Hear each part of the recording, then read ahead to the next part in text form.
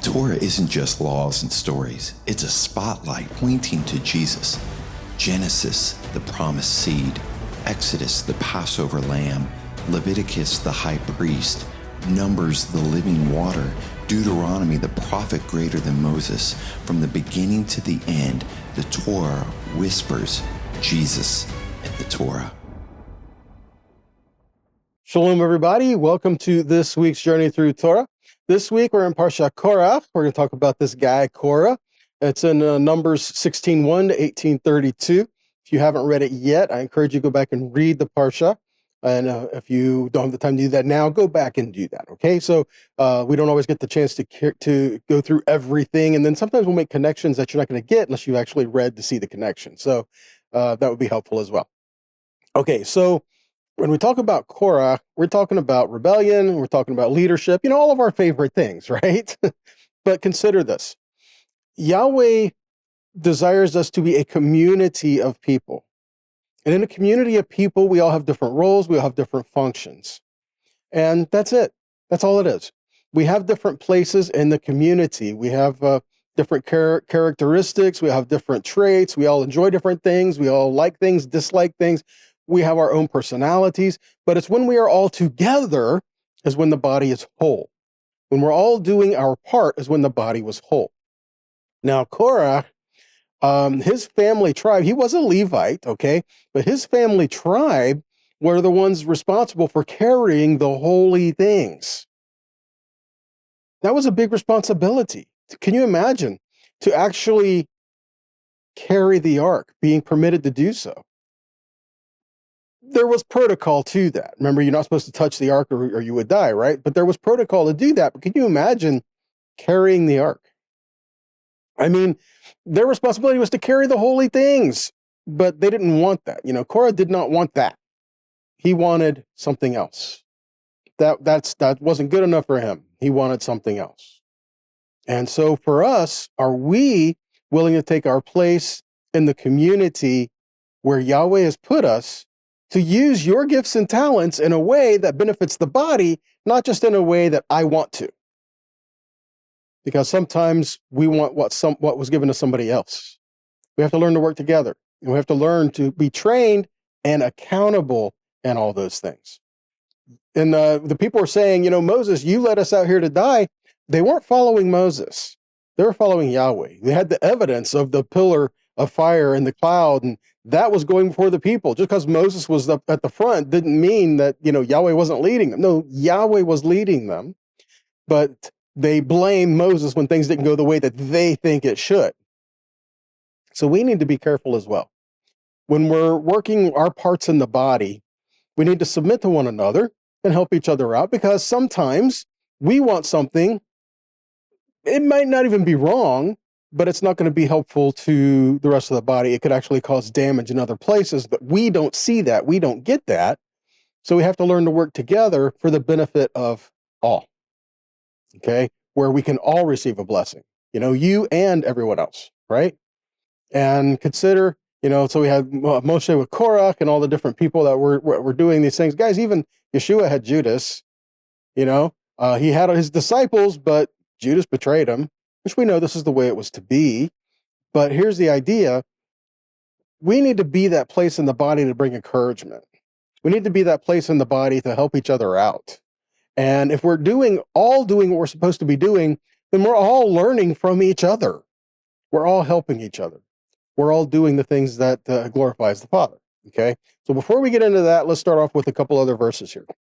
Mark 10:42-45. Yeshua calling them over, he says, those recognize those rulers of the nations lord it over them, and their great ones play the tyrant over them. Yet it is not this way among you. But whoever wants to be great among you shall be your servant. And whoever wants to be first among you shall be slave of all. For even the Son of Man did not come to be served, but to serve and to give his life as a ransom for many. Biblical leadership, which we've been talking about for the past few weeks, will teach the Torah. They will teach the word of Yahweh, but they will also help, right? Luke 6:39-40 says, he also spoke this parable to him. The blind cannot show the way to the blind, can he? Won't they both fall into the pit? A disciple is not above his teacher, but everyone who is fully trained will be like his teacher. So again, our goal is to be like Yahweh, to be like Yeshua. That's what we're trying to do. But there's training involved in that. There's changing in that. There's submitting to one another in that. There's learning to say when we're wrong, because that's how change happens, right? Okay.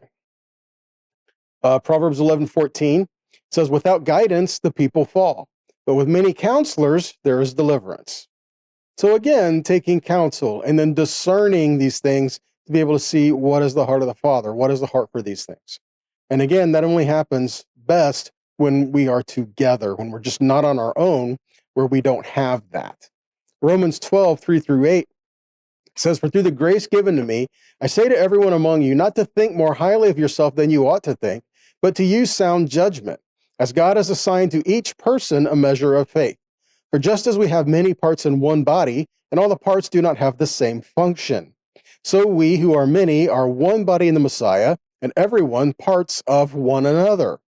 We have gifts that differ according to the grace that was given to us, if prophecy in proportion to our faith, if service in our serving, or the one who teaches in his teaching, or the one who exhorts in his exhortation, the one who gives in generosity, the one who leads with diligence, the one who shows mercy with cheerfulness." Again, if Yahweh has given us gifts, we need to use them submitted to him to do the right thing the right way.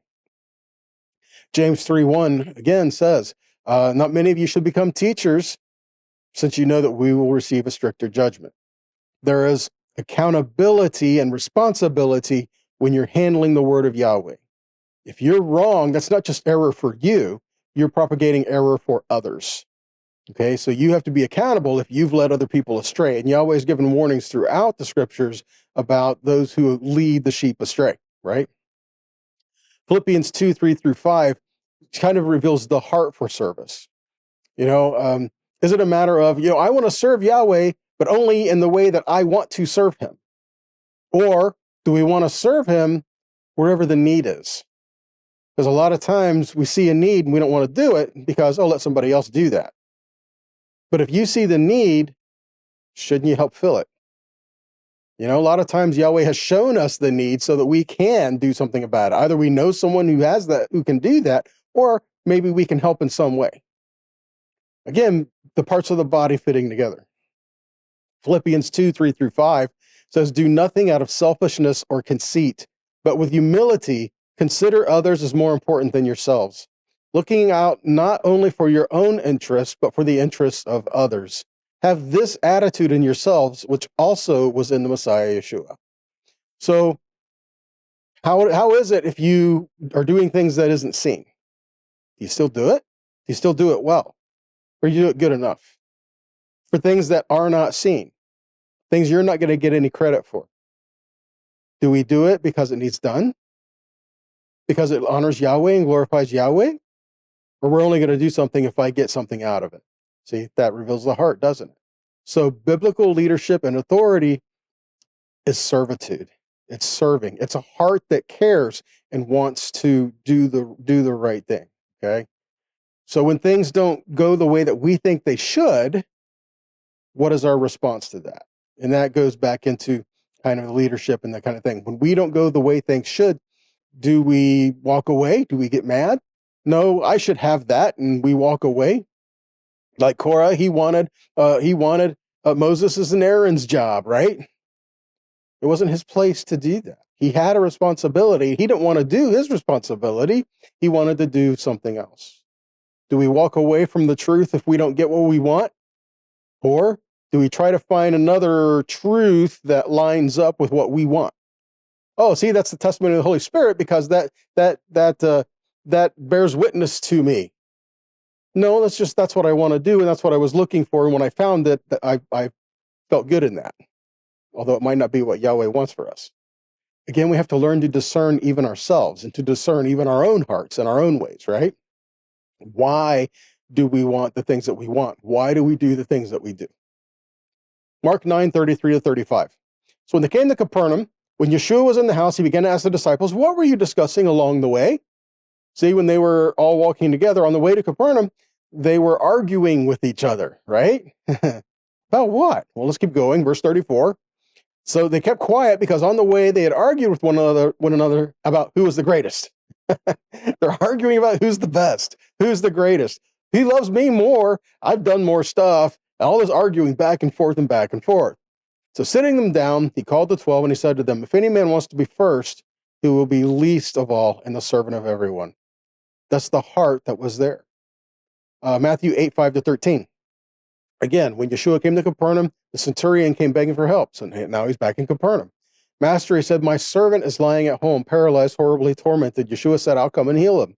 But the centurion said, Master, I'm not worthy to have you come under my roof, but just say the word and my servant will be healed. Here is a centurion. Here is someone who understood a line of command, authority and an army. He knew how these things were supposed to work.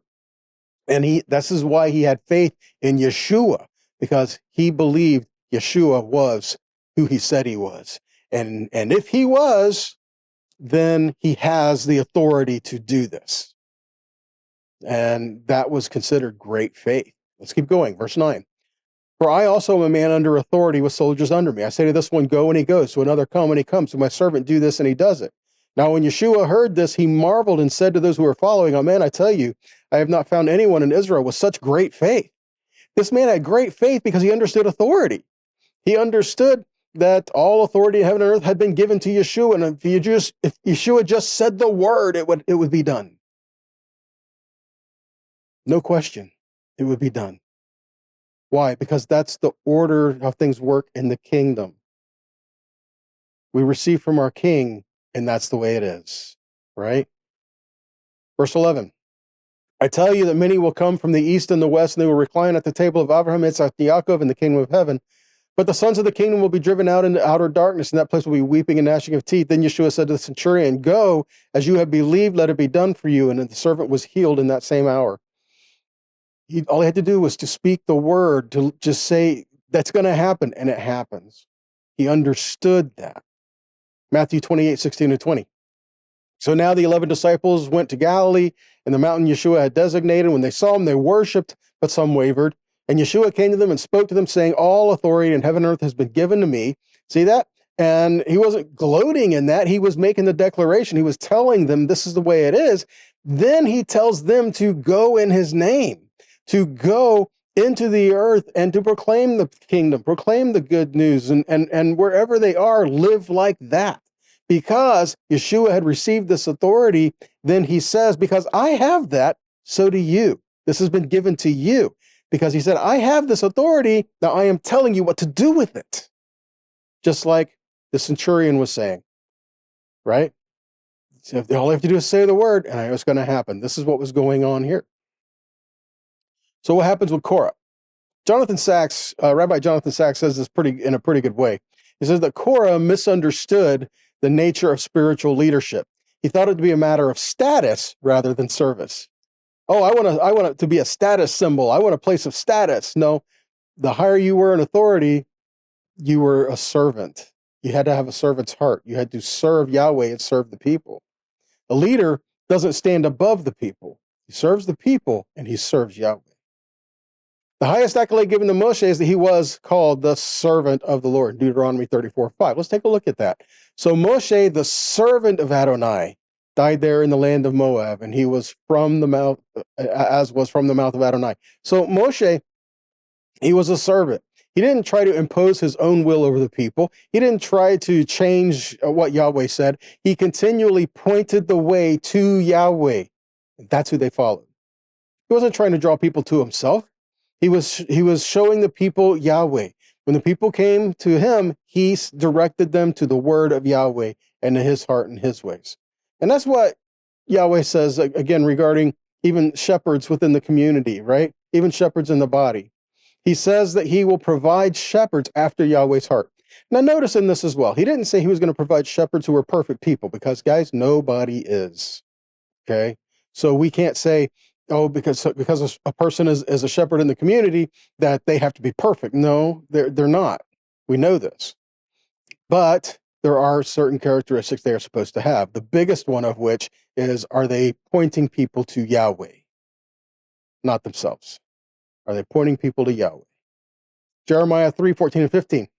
It says, return, O backsliding children, declares Adonai, for I am your husband. I will choose you, one from a city, two from a clan, and will bring you to Zion. And I will give you shepherds after my own heart, who will feed you knowledge and understanding.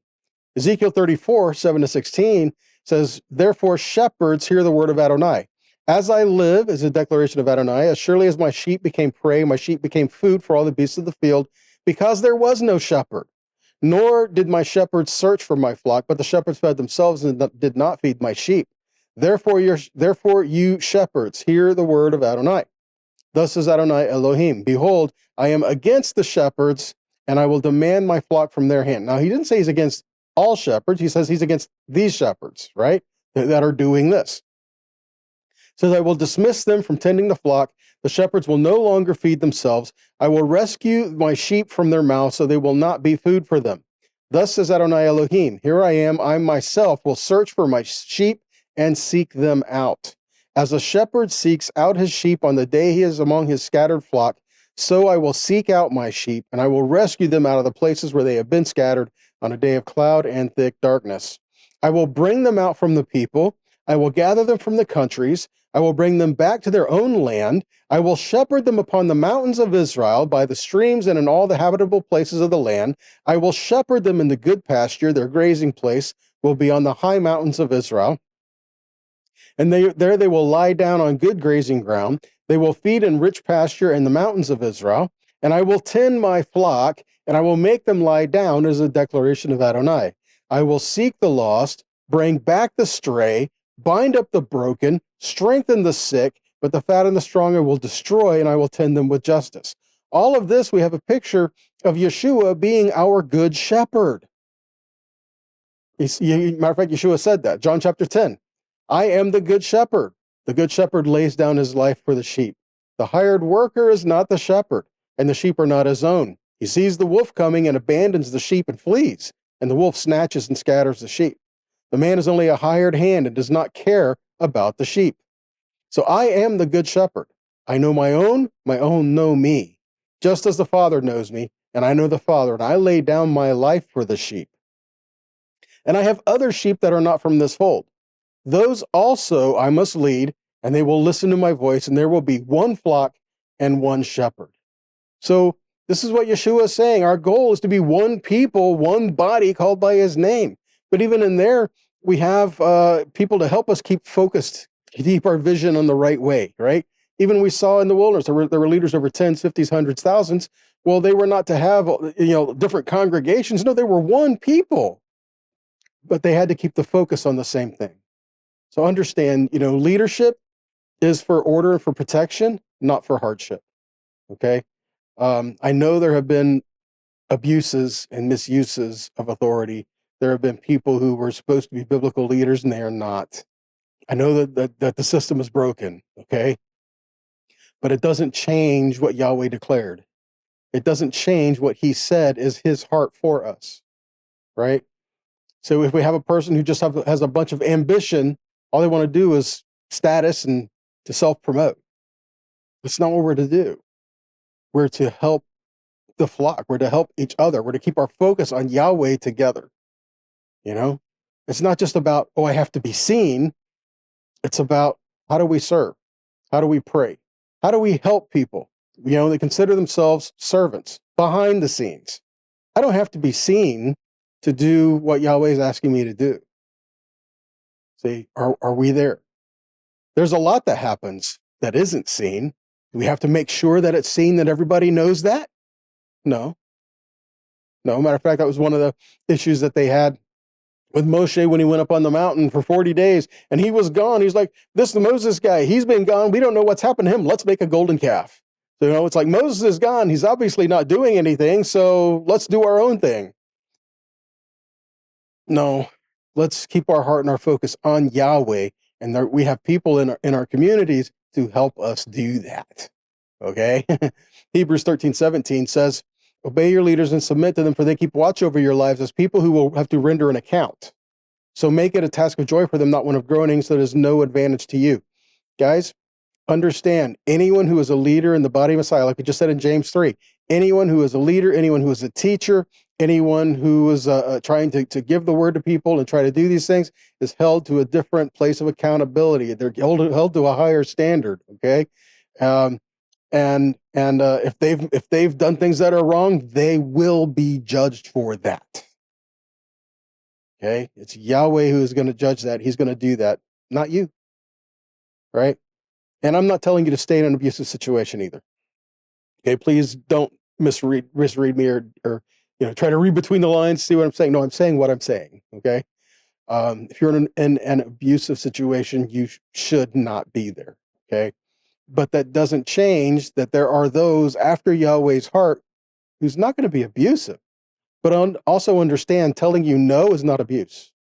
So there's a balance in all of this. Okay, I ran into some people who say, "Oh, if you tell me something I don't like, you're being abusive."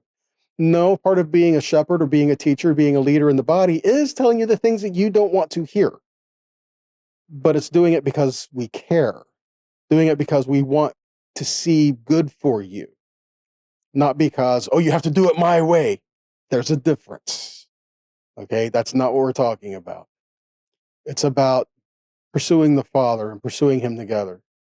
And so there are times we're going to be told no. And there are times we're going to have to pursue the heart of the Father together. Are we willing to do that? And that shows our heart as well. Okay, 1 Thessalonians 5, 12, and 13. We ask you, brothers, to respect those who are working hard among you, those who are guiding you in the Lord and confronting you in order to help you change. Treat them with the highest regard and love because of the work they're doing. Live at peace among yourselves. Again, respect those who are working among you, guiding you in the Lord and confronting you, help you change. There's fruit there, you know? Are they guiding you in the Lord? Are they guiding you towards the ways of Yahweh? Are they guiding you into good things? You know? Are they teaching good things, things that are proper, things that are right, things that are the heart of the Father? These are things we should pursue and continue to go toward. So, how were the leaders among the assembly put into place? Well, we do see back in Exodus 18, 19 to 21, Yitro was talking to Moshe. And there are those who said, oh, no, we can't do this because, see, Yitro, he was a pagan, and so he was giving him a pagan structure. Guys, consider this. Yitro is giving this advice, set up leaders over tens, fifties, hundreds, and thousands, and then you teach them the word of Yahweh. You teach them. See, so that's not pagan. Like, you teach them the word of Yahweh. Choose from among the people those whom you have taught, competent men who are God-fearing, honest, and not corruptible, and then these are the ones you set in place to be leaders in the assembly. He didn't just say, take applications and see who's good. No, he tells them to teach all the word of Yahweh, then select these men to be the leaders. And Yahweh did use that. We even see issue where Yahweh said to pick 70 elders to go up as well, right? So this was something that was done. Now, even when they went into the land, there was a leader among the people who were selected to go into the land. That was Joshua. So how was Yehoshua selected? Let's go to Numbers chapter 27, 16 to 20. Moshe is praying. He says, let Yahweh, the Elohim of the spirits of all flesh, appoint a man over the congregation who may go out before them, who may go in before them, who may lead them out, and who may bring them in, so that the congregation of Yahweh may not be as a sheep to whom there is no shepherd. Sound like what we read in Jeremiah? Verse 18, and Yahweh said to Moshe, take Yehoshua, the son of Nun, a man in whom is the Spirit, and lay your hands on him. See that? In whom is the Spirit. Yahweh already testified that his Spirit was in Yehoshua. So he said, take him and lay your hands on him, okay? So that the people could see what was happening here, a transfer of responsibility, right? The people knew what was happening.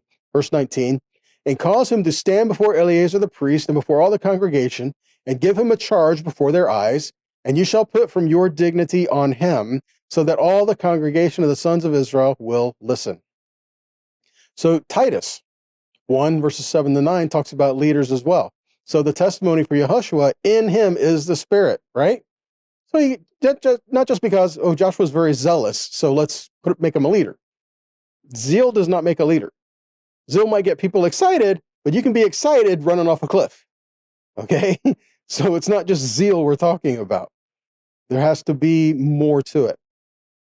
Titus 1, 7 through 9 says, for an overseer as God's steward must be above reproach. He must not be arrogant or quick-tempered or a drunkard, or violent, or greedy for gain, but hospitable, a lover of good, self-controlled, upright, holy, and disciplined. He must hold firm to the trustworthy word as taught, so that he may be able to give instruction in sound doctrine and also rebuke those who contradict it. See that? So again, he was chosen and then set in place and set in order. Now contrast that with this Parsha with Korah, taking the long way around, right? So Numbers chapter 16, verses 1 through 3, the emphasis on verse 3 is what we're looking at here. So Korah, the son of Itzhar, the son of Kohath, the son of Levi, and Dathan and Aviram, the sons of Eliav, and On, the sons of Pelet, the sons of Reuben, took men, and they rose up before Moshe. He didn't say they came before Moshe. They rose up before Moshe, even implying their pride, arrogance, right? It says, with certain of the children of Israel, 250 princes of the assembly, famous in the congregation, men of renown. These were leaders among the assembly. These were men who knew better. Okay?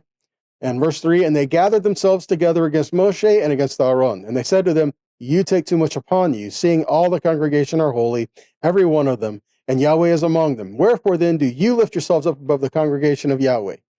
Wow. So they're coming together and they're saying, Moshe, who made you a leader over us? Well, here's the thing. Yahweh did. You know, at the burning bush, he said, I'm going to send you. You're going to make this deliverance, and the people are going to follow you. You're going to follow me, and they're going to follow you. You know, we're coming out doing all these things together. And then further at the mountain, when Yahweh came down and the people heard the voice of Yahweh, they said to Moses, we couldn't bear to hear the voice of Yahweh anymore. We're going to die if we do. You go talk to Yahweh and find out what he says. Come back and tell us. So Moshe goes and finds out what Yahweh says, comes back and tells them. They're like, yeah, that's just your opinion, Moses. Boy, it does not testify of how we are, right? Okay, so Korah and took these men and they rise up before them, right? Okay, Ephraim Frank had an interesting thought and I wanted to share it with you. It says, how ironic that these lifted up individuals of the appointed assembly who have been called out or singled out by appointment for special Yahweh designated occasions, and who are also men of renown, are the very ones who gathered against Moshe and Aaron. So these men did not understand it was not for vainglory that they had been raised up, although described as men of name, translated as men of renown, men of, great character, men of reputation. It was not their own names that were to be lifted, but the name of the one who had called and appointed them for his sake. See, because these men were of great reputation, because they were of great name, it was not to lift up their name, it was to lift up the name of the one that they served. And that was the difference. And then what was the accusation? The accusation was, the people don't need you, Moshe. Yahweh is with all the people are holy. We all heard his voice too, right? This kind of a thing. Everybody heard the voice of Yahweh. That means we're all prophets. We all hear the voice of Yahweh. What do the people need you for? They don't need you, Moses. Yahweh is with them. Of course, we can all gather together under my leadership. What was Korah really wanting? Right? What was Moshe's response? Moshe fell on his face before Yahweh.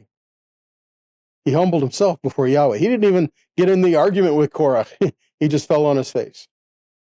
Guys, a disciple will learn by the example and follow. The goal is to be fully trained for the task that is at hand. Moshe was humble. And when these accusations came, he didn't try to defend himself. He humbled himself, fell down to Yahweh. 3 John 1:11, do not imitate evil, but imitate good. Whoever does good is from God. Whoever does evil has not seen God.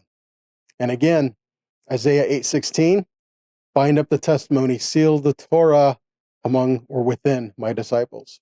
We have the word of Yahweh in us. We need to follow that word that he has put within us. 1 Corinthians 11:1-2 says, be followers of me, even as I also am of Messiah. Now I praise you, brethren, that you remember me in all things and keep the ordinances as I delivered them to you. He said to follow him as he follows the Messiah. He didn't say, do everything I do the way I say, and you better do it now.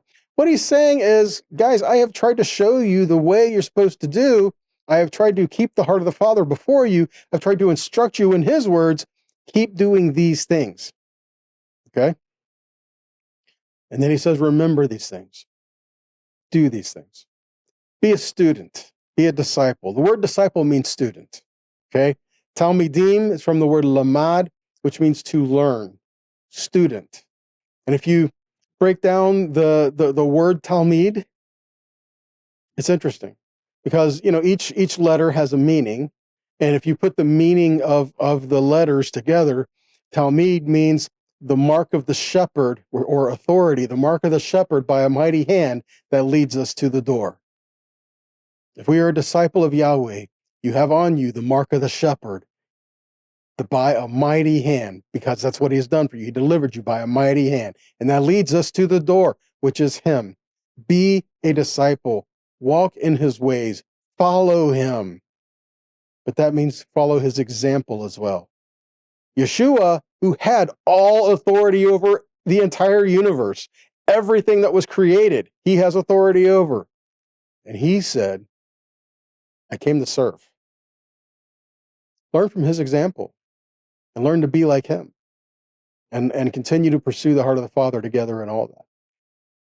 Well, that's all I have for you today, guys. That's a lot. If this has been a blessing to you, then please share it. Whatever avenue you watch or you listen, please share and help get it out there, okay? And this has blessed you, then please also consider making a donation to help us continue putting these messages out there. We can only do that because you equip us to do so, okay? So we appreciate that, and please consider so. And until next time, guys, we pray that you be blessed and be a blessing. Shalom. Thank you for watching Jesus in the Torah. If you would like, subscribe, and share these teachings with your friends. For more resources, please visit HFF.church and visit our campuses in Oklahoma City and Dallas on Saturdays. Remember, everything points to Jesus.